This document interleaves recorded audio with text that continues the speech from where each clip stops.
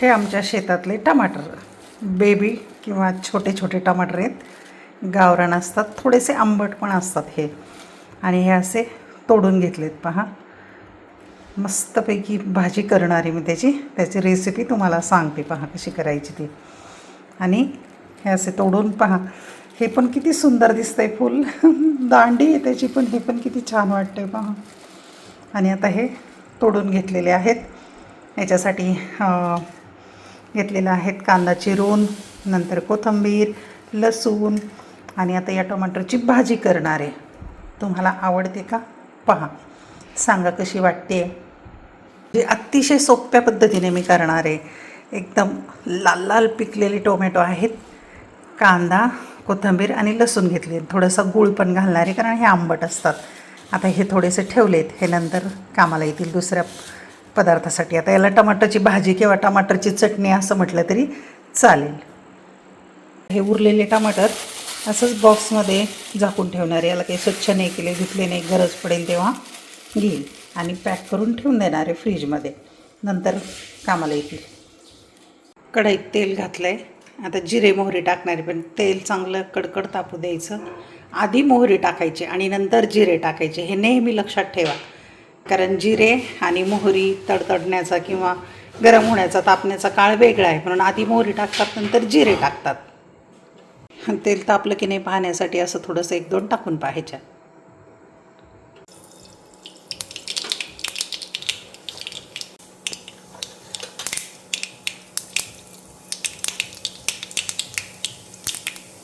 जिरे मोहरी तडतडली की आधी लसूण घालायचा. लसूण थोडासा गुलाबी झाल्यानंतर मग कांदा घालू. थोडासा, 1 कांदा आहे फक्त आणि लसणाची 1 पाकळी.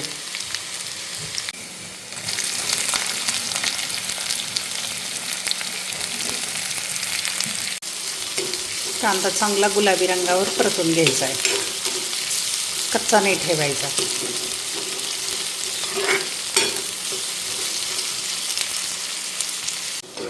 कांदा चांगला लाल गुलाबी झाला आहे. आता यात अखंड टोमॅटो टाकणार आहे, अजिबात कट केलेले नाही आहेत मी. ते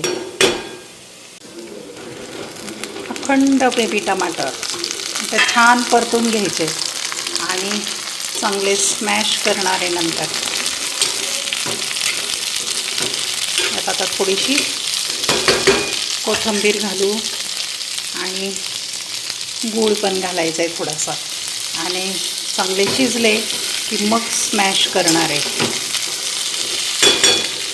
मीठ आणि फार काही मसाले घालणार नाही, फक्त लाल तिखट, हळद आणि मीठ टाकणार आहे.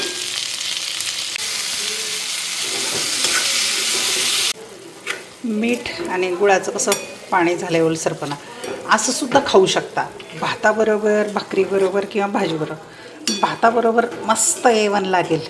आता याच्यामध्ये काहीच टाकलेलं नाही, फक्त तिखट, मीठ, कांदा, कोथिंबीर, लसूण. अगदी सोपी रेसिपी आहे, करून पहा तुम्ही. आणि जर स्मॅश करायचं म्हणलं तर आत्ता स्मॅश करता येईल, असंच चमच्याने दाबलं तरी पण. हे पहा, आपोआपच स्मॅश होत आहेत. हे अखंड खा किंवा स्मॅश करा, कसंही. झालं, स्मॅश झालं. असं थोडंसं दाबलं की झालं, कारण पूर्ण शिजलं आहे. अगदी 5 मिनिटांच्या आतमध्ये. रेसिपी बनवायला फक्त 10 मिनिट लागतील. जरूर करून पहा. आणि ही रेसिपी तुम्हाला कशी वाटलेली आहे ते मला नक्की कमेंटमध्ये कळवा. अशाच रेसिपी हव्या असतील तर तुम्हाला मी नक्की देत जाईन. अगदी ग्रामीण, साधी, सोपी, कमीत कमी साहित्यामध्ये बनवता येणारी रेसिपी आहे. आता याच्याबरोबर मी चपाती करणार आहे. भाकरीबरोबर तर छान लागेल, चपातीचा बेत आहे आज.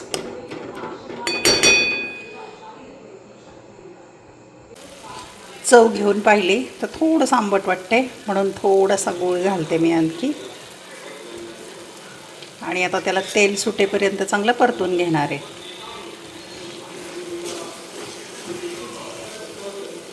काही टमाटर पूर्ण आपोआपच फुटले, स्मॅश करायची फार गरज नाही लागली.